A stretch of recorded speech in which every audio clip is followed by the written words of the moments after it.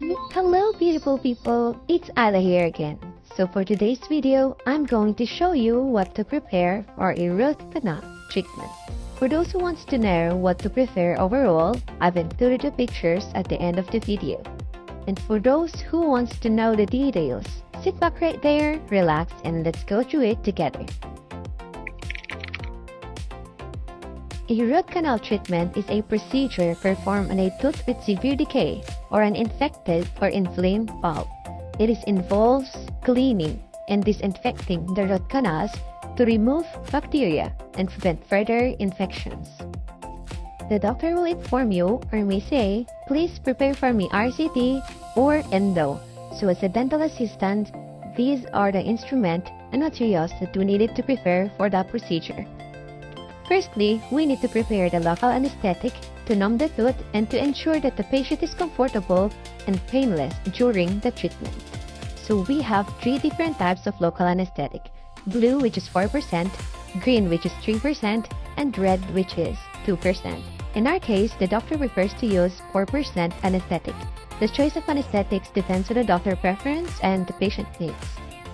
And if the procedure is in the upper tooth, we generally use a short needle. And if it is in lower tooth, we usually use long needle. If you are not sure which tooth is being treated, simply ask the doctor or just prepare both short needle and long needle. Additionally, we need to prepare handpiece, round bear or TR bear. And for the hand files, we have key files and H file. It's best to ask the doctor which type they prefer to use. To tell the differences of key file and H files, key files have a square symbols, while H files have a circular symbol. Next, we will prepare the EDTA cream, followed by Rotary files and the Rotary Endodontic motor or Rotary machine. We will also prepare the sodium hypochlorite solution in a disposable plastic syringe with an endodontic irrigation needle. Be careful when handling sodium hypochlorite. Make sure to use high volume suction and take appropriate precaution to prevent the solution from entering the patient's mouth or being swallowed. Next, we will prepare for apex locator with the hook, as well as the endo ruler to help measure the working length.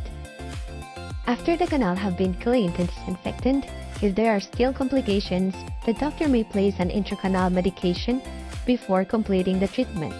Depending on the case, a doctor may choose materials such as Metapex, Metapaste, eugenol, formacresol, or may decide that no medication that is needed. Lastly, the tooth may then be sealed with temporary filling.